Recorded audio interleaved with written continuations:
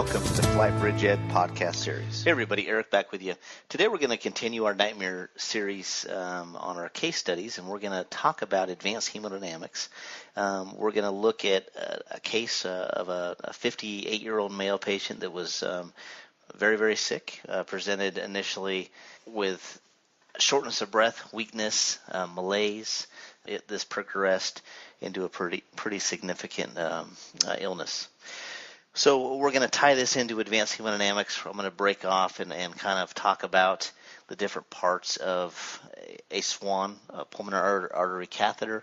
I know a lot of times nowadays flying, if you're taking care of these critical patients during transport, it's very seldom that you're going to see a SWAN or a pulmonary artery catheter of any kind placed anymore. I think, in the last 5 years, I've only had a few.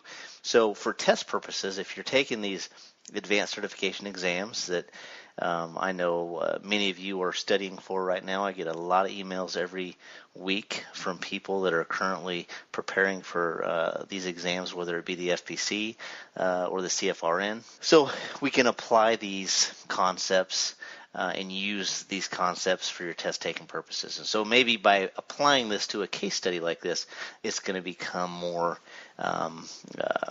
relevant in your mind, because I know a lot of this stuff, if you've never done this, can be a little bit confusing. We're also going to tie this into some ventilator management. We're going to tie this into different presentations and differential diagnosis as it relates to pneumonia, as it relates to ARDS, and it relates to congestive heart failure with pulmonary edema. And I'll kind of talk to you about some ways you can use your advanced hemodynamics to diagnose this patient. So we'll start with the presentation, and then I'm going to jump right into advanced hemodynamics, and then we'll continue, and I'll kind of tie in the patient scenario as we go on with the different application of our SWAN and our parameters. So like I said, you have a 58-year-old male patient. This male patient had been at home and had started having an upper respiratory infection, was being treated with a Z-Pak, and this progressed into shortness of breath, productive cough, decreased LOC per the family. So this patient was taken to a small facility. Chest x-ray was taken, and on the chest x-ray, they noted a bilateral style, what looked to be possible pneumonia, so bilateral infiltrates, and you actually had complete whiteout of a lot of the areas on both lung fields. But it also looked very similar to a ground glass appearance. So if you imagine taking a cotton ball and dabbing all the areas of the lung fields, that's what it kind of looks like. And so we know that a ground glass appearance is indicative or diagnostic for ARDS. So we have a patient that's presenting in a situation where we don't know if this is a pneumonia problem, we don't know if this is ARDS, or is this an actual pulmonary edema problem? Is this a congestive heart failure problem? So how are we going to take care of this patient? If you were called to transport this patient and this was a small facility like this, oftentimes this is going to overwhelm that facility. So obviously they did a set of blood gases, and the blood gases were as follows. He was a little bit alkalotic. His pH was 7.49. His CO2 was about 25, so he was a little bit tachypnic. His bicarb was normal, and his PO2 was very low. It was 57. All right, so that's telling you right there that there's a hypoxic problem.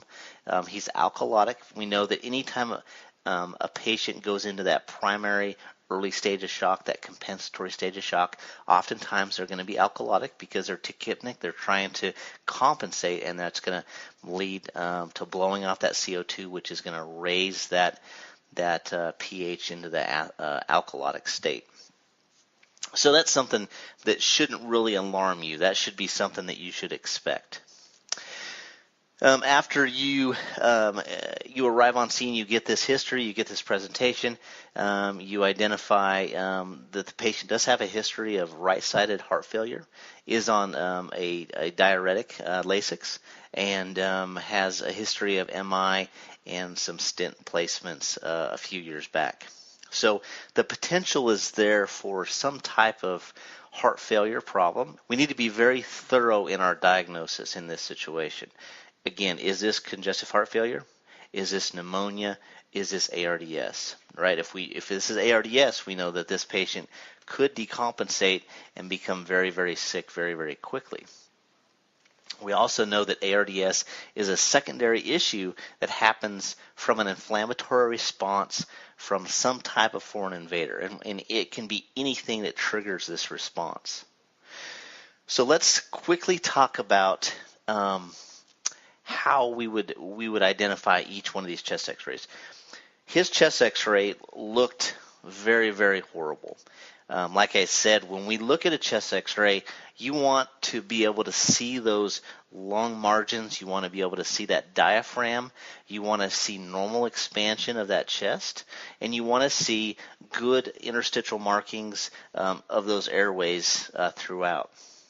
You also want to look at your heart, and you want to make sure that that heart isn't greater than half of the size of that whole chest cavity. If it is, that's telling you that there's some type of cardiomyopathy. So this patient had, like I said, a very progressive, wide-out ground glass appearance throughout both right and left lung fields. Most often when you see a pneumonia, if it hasn't progressed, even if it's pretty severe, pneumonias oftentimes aren't going to be bilateral, and we know that a right-sided pneumonia is going to be most prominent. But oftentimes a pneumonia is going to just look like a small section that kind of looks like a pie shape has been taken out of that area, and you can identify where that pneumonia is very, very easy. So his chest X-ray to me looked very, very ominous, very poor. At this time, the patient was intubated because of the continued hypoxia, despite some NEBs, despite high flow O2. Secondary blood gases revealed that a PO2 was actually dropping. I think it dropped into the low 50s. And so this patient was put intubated, RSI'd, and placed on the ventilator. Pulmonary artery catheter was placed prior to our arrival. This is kind of where we take over the care. So at this point, we're going to jump into the advanced hemodynamics part, because I know that there's been a lot of questions. I feel a lot of emails regarding, can we apply this to a case study? So most often when we see this, we're going to relate this to what is called a Swan-Ganz catheter. And a Swan-Ganz catheter is a multi-lumen catheter that's placed most often in the subclavian, and it's fed into the right atrium.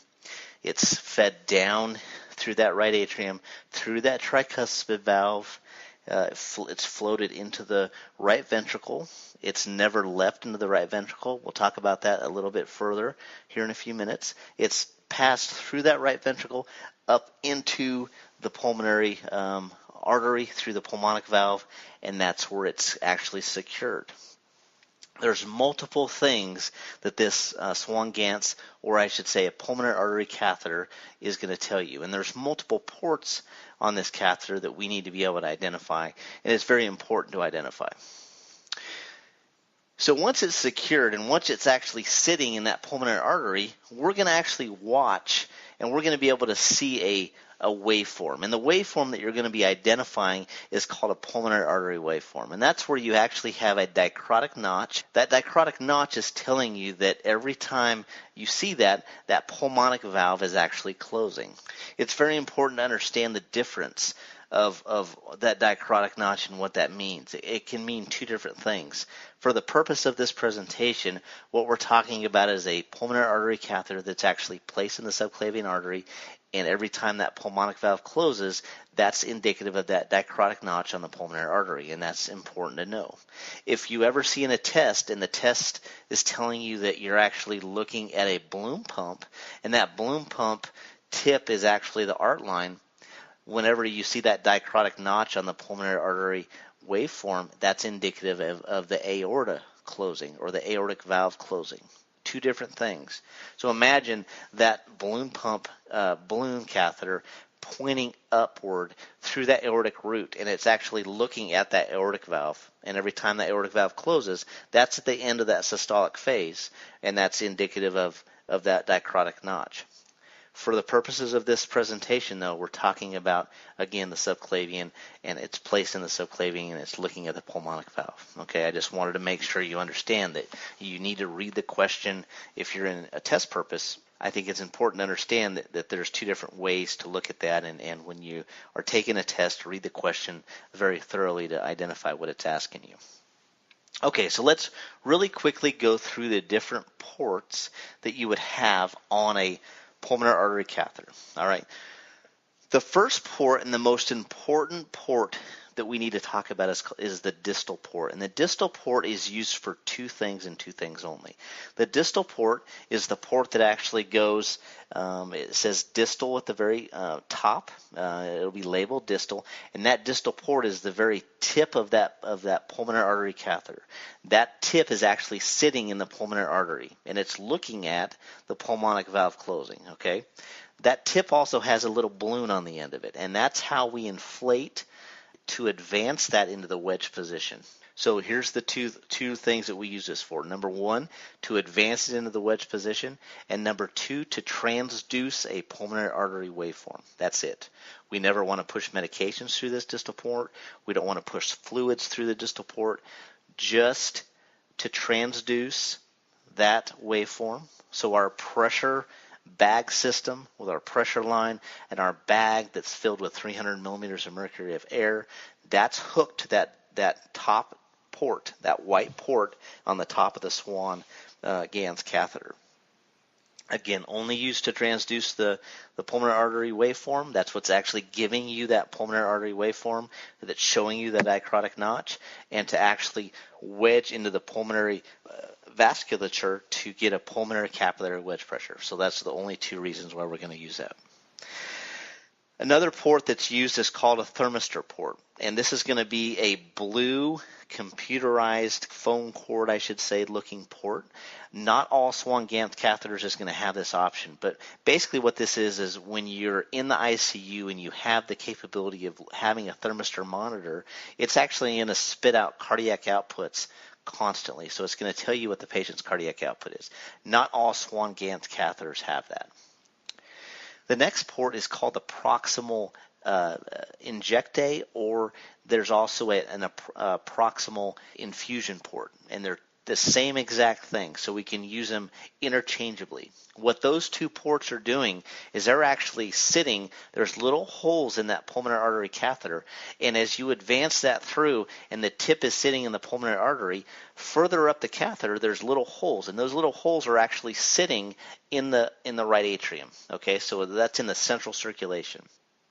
Right, we have deoxygenated blood there. That's the central circulation. So that's where we can draw SVO2s, central venous oxygen saturations, and that's where we can actually push medications. We can push fluid. We can do drips. So we can, if we have a neosynephrine drip or a levofed drip, we can actually use that proximal injectae or the proximal infusion port. Another way we can use those ports to our advantage is, like I said, that distal port is used to transduce a pulmonary artery waveform. And that's giving you a pulmonary artery pressure, systolic and diastolic, and it's also giving you that wedge pressure if you advance it. But the most important pressure that we can look at consistently that tells us how our patient's doing is called a CVP pressure. So that's your central venous pressure. Or it may be written in exams as your right atrial pressure. But most often a CVP pressure is how you're going to see it written. Your CVP pressure is basically the pressure in that right atrium.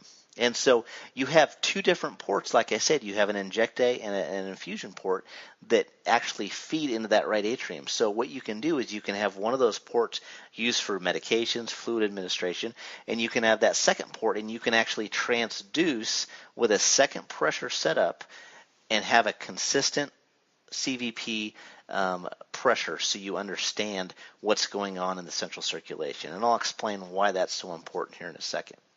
So those are your ports on your actual pulmonary artery catheter. The last port is actual port that you actually use the syringe that comes with the catheter. It's a syringe that will only allow you to inflate the balloon at the distal tip up to 1.5 mils. You never use any other syringe but the one that comes with that catheter. So when you come to your patient and do your assessment, you need to make sure that you have that exact syringe that came with the catheter. So that's an actual port that actually goes all the way down to that distal area, inflates that balloon, and it's used for that syringe. Okay, so let's talk about real briefly the different pressures. So I said that the most important pressure that we can look at is your central venous pressure. So why is that? Well, if I had any pressure at all, if I had a Swan Ganz catheter and I was wanting to look at any pressure at all times, it would be my CVP pressure. And here's why. It's going to tell you if your patient is fluid depleted, or it's going to tell you if your patient is fluid overloaded.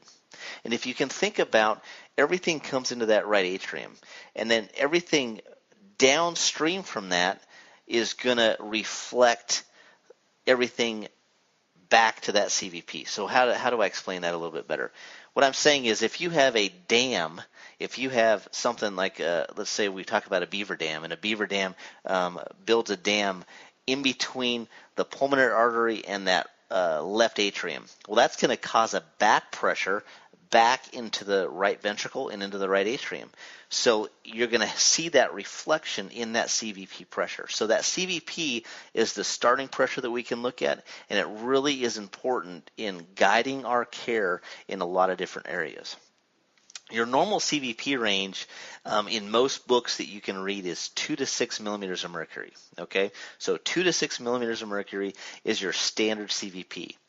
So if you checked your CVP pressure and it was 0, then either your patient is fluid depleted, so they need volume. That's where you would start. Do they have a right ventricular infarction? Do they have maybe, are they preload dependent, or they're just hypovolemic shock? So you can really use that CVP to guide your fluid resuscitation. When we talk about sepsis care is all about proper fluid administration. We don't want to overload our patients, but we don't want to under fluid resuscitate. So a CVP is used to guide that fluid resuscitation. So when we look at a CVP pressure of between 8 and 12, that's your goal in fluid resuscitation on a sepsis patient. You're trying to achieve a pressure between 8 and 12, and that's telling you, once you reach that your patient has had enough volume given to them, because we know that too much volume is going to lead to other problems. It starts inflammatory problems. It starts the DIC process. We don't need all that fluid. So a CVP is very, very important. If we take it a step further, if we look at a CVP and we say your CVP is high, well, that CVP is high for a few reasons. It could be that they've got too much volume on board. We just said we use that to guide fluid resuscitation. Or is there a problem with the right side of the heart? Have they had a massive MI and it's causing excessive pressures in that area? Or, like I said, is there a problem downstream? When I'm talking about downstream, I'm talking about the left atrium or the left ventricle. And we're essentially talking about heart failure. So if there's excessive pressures back up from a mitral valve regurg, mitral valve insufficiency, something like that, or aortic valve disease process, you're going to have a back pressure, and it's going to be reflective in that CVP. So a high CVP most of the time is going to lead you to believe that you have a problem in the left side of the heart. The next pressure that we can talk about is your right ventricular pressure, and this is something that I want you to kind of look at as we're just passing through. We never want to be looking at this pressure for very long, and it's really not going to tell you a whole bunch more than what your CVP is telling you. But increased pressures are going to be indicative of right ventricular failures or chronic CHF on that left side. So again, if you have a left-sided problem, it's going to cause a backup, and that pressure is going to be increased in that right ventricle. Like I said, when we advance that catheter, if you were actually the person that was advancing that catheter, you would never want to leave it in that right ventricle, because that catheter is going to whip around in there and it's going to cause irritability, and it leads to VTAC. All right, so when we look at this, when we look at the waveform change, we start with a CVP waveform, and it's this very low amplitude waveform. When we advance it through the tricuspid valve, we go into that right ventricle. In that right ventricle, you're going to change into a very large waveform with oftentimes a notch on the actual left side of that waveform. That's called an anacrotic notch. An anacrotic notch is indicative of atrial kick. When we talk about how blood enters the right side of the heart, remember we have the superior vena cava, the blood enters that right atrium. That right atrium will just start filling with blood, and that tricuspid valve stays open the entire time. So 80% of that preload that is actually draining into that right ventricle just happens based on gravity. The other 20% is caused from atrial kick when that tricuspid valve slams shut. When that volume in that right ventricle gets so much it slams shut, that's atrial kick, and that's very important. That accounts for 20% of preload. That anacrotic notch that you see on a right ventricular waveform is on the left side of that waveform. That's what you're seeing. You're seeing an anacrotic notch that's indicative of atrial kick. So your systolic pressure on your right ventricular pressure-wise is going to be 20 to 30, and your diastolics anywhere from 0 to 5, 0 to 6. Again, this is something that you just should know for test purposes. Most often, you're not going to really concentrate on this pressure. The next pressure we talk about is basically the pulmonary artery pressure. All right, the pulmonary artery pressure again is where that distal tip of that swan, where that pulmonary artery catheter is sitting, and so a normal pressure is going to be 15 to 25 on the systolic side, and on the diastolic side, 8 to 15. All right, this is a very important pressure. Again, that distal tip is actually sitting in the pulmonary artery. We're constantly looking at this. This is where that distal tip is getting transduced. This is where you're seeing that pulmonary artery waveform, where you're having the dicrotic notch on the right side of the waveform. Remember, that's indicative of pulmonic valve closure. So it does two things. The first thing it does is it directly tells you left atrial pressure. Okay? The second thing it does is it indirectly reflects left ventricular and diastolic pressure. So what does a pulmonary artery pressure tell you? Again, if it's low, you should already know that. If it's low, that means your CVP is going to be low, because remember, your CVP is your starting pressure. If it's low, you know your patient probably is hypovolemic or has a fluid volume problem. If you have no preload coming in, you're going to have very poor afterload, right? So a decreased pulmonary artery pressure most often is going to be hypovolemia. If it's increased, that's where we're going to see the left side of problems. So again, are they fluid overloaded, right? So you need to always identify that. Are they fluid overloaded? Your CVP is also going to be high in that situation. Look at the history of the patient, look at the presentation, and identify if they're overloaded. Do they have any pulmonary hypertension?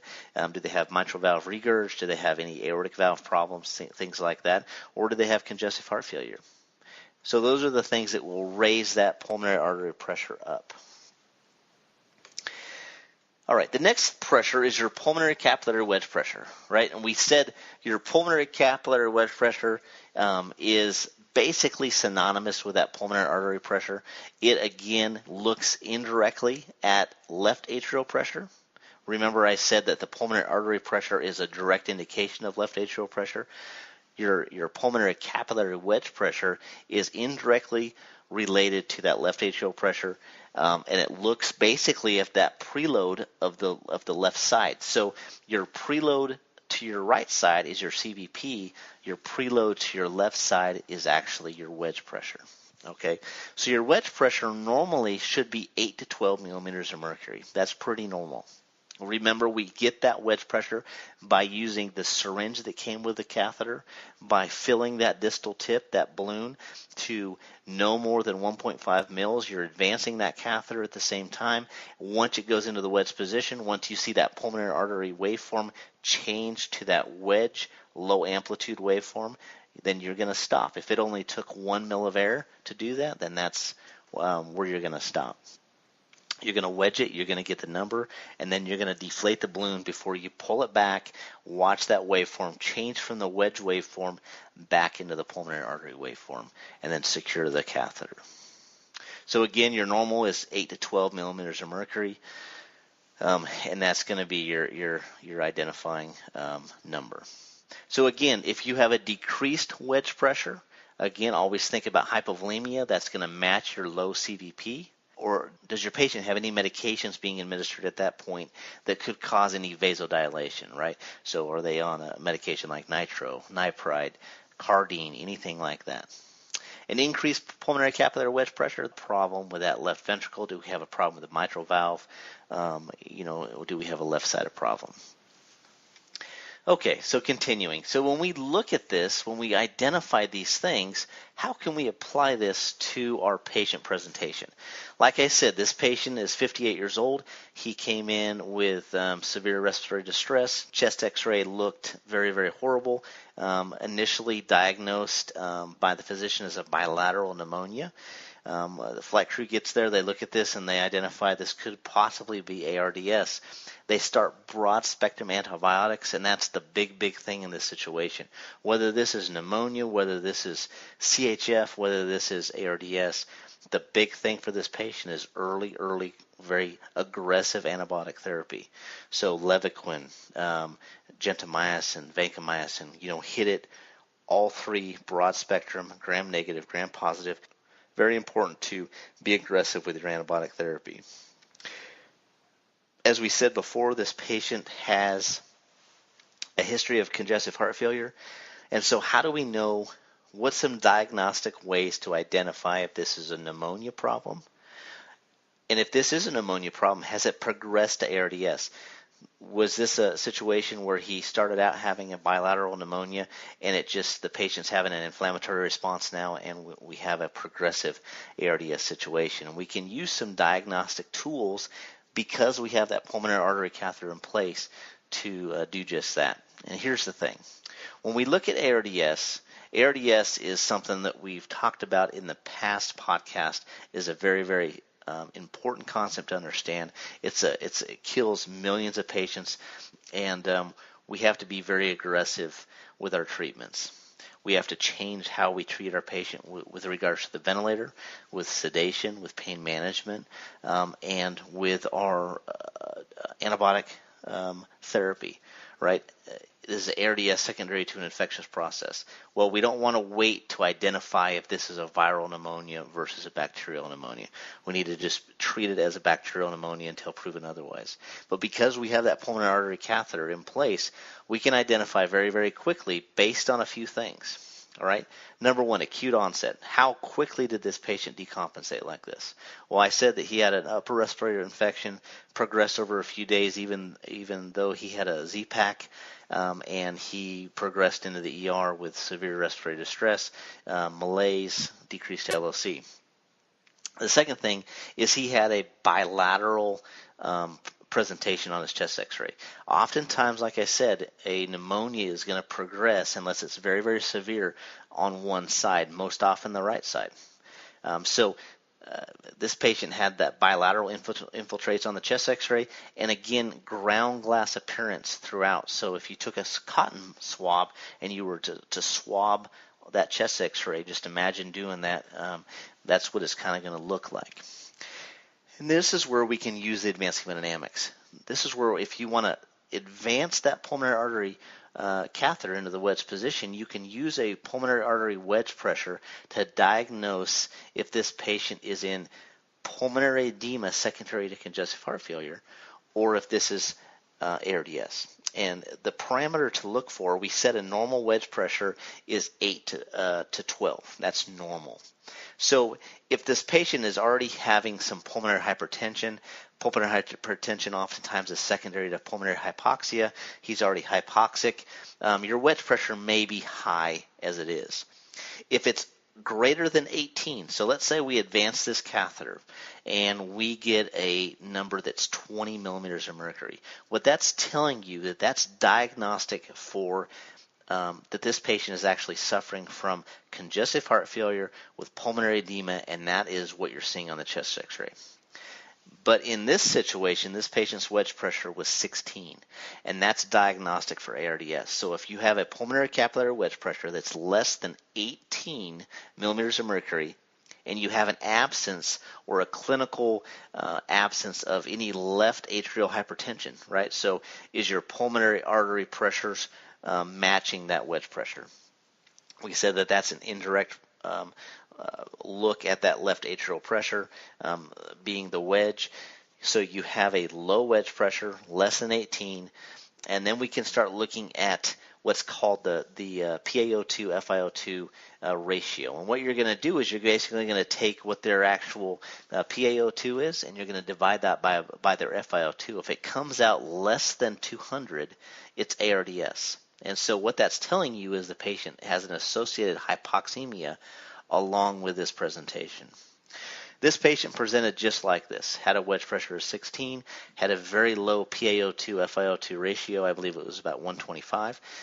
We said the blood gas presentation was he was alkalotic, his CO2 was 25, and his PO2 dropped into the low 50s, about 52 to 53. So during transport, we have to do a few things. There's no real need to continue to wedge this catheter. We said we can actually use the pulmonary artery pressure that's current. You're going to have that constantly given to you. You can take that and you can take that and subtract 2 to 4 millimeters of mercury from that, and that's going to actually give you what the current wedge pressure is. We use that again as a diagnostic tool to identify if this is ARDS versus congestive heart failure, and we've done so. All right, so now we've got the patient on the ventilator. Remember, I'm not going to go into a big ventilator rant, but remember the big thing with ARDS is you want very low tidal volume. So this is where you're going to go 4 mils per kilogram on your tidal volume. You're going to go a higher respiratory rate, up in the 20s, probably 18 to 20 range. That's going to protect that lung, so that's called the protective lung strategy. Very low tidal volumes, higher rate to maintain that minute ventilation. We have very early onset of administration of antibiotics. We've done that. We said Levaquin, vancomycin, gentamicin, and then we're going to monitor the blood pressure. We're going to look. We've got a CVP. We can constantly titrate his fluid volume status. We don't want to overload him, but we can use that CVP. Remember, a normal CVP is 2 to 6. If we look at this as a potential sepsis, right, he's leading to that very, very close, in relation. He could easily progress into a septic shock. We can look at this and we can make sure we give enough volume but not too much volume. So we can use that CVP to gauge his fluid resuscitation. And then just maintain good sedation and pain management. Remember, pain management, fentanyl every 5 minutes, a good aliquots of probably 100 mics every 5 minutes, Versed every 10 minutes, 15 minutes, 2.5 milligrams at a time is going to keep your patient very comfortable. The more comfortable we keep these patients, the less oxygen demand they're going to use up. And so that's very, very important. There's no need to paralyze these patients. Remember they're going to progress to an acidotic state, so we want to leave them the ability to overbreathe the vent. So keeping them on SIMV, I would probably go pressure control ventilation because, again, that's going to be protective lung strategy. It's going to be more gentle. And then just continue with monitoring your patients, monitoring your advanced hemodynamics, looking at that pulmonary artery waveform and making sure that we have good, consistent waveform throughout. So this patient was transported, did very well, stayed on the ventilator for a few days, stayed in the ICU for about a week and a half and made a full recovery.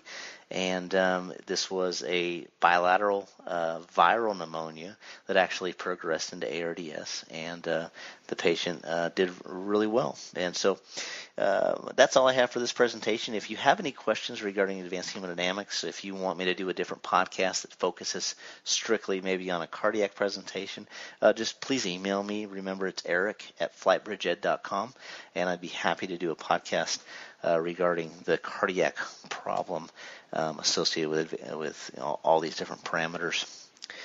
We want to thank everybody again for following us. We're just feel so blessed with all the support, with all the emails we get.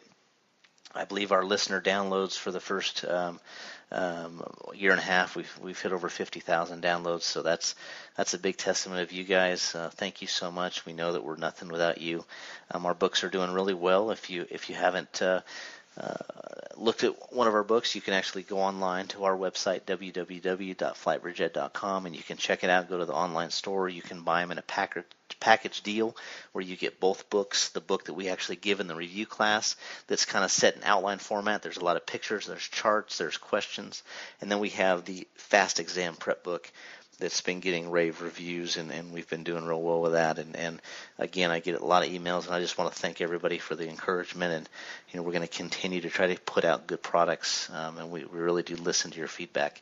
So on behalf of all of us at FlightBridge Ed, we want to thank you, and we'll talk to you soon.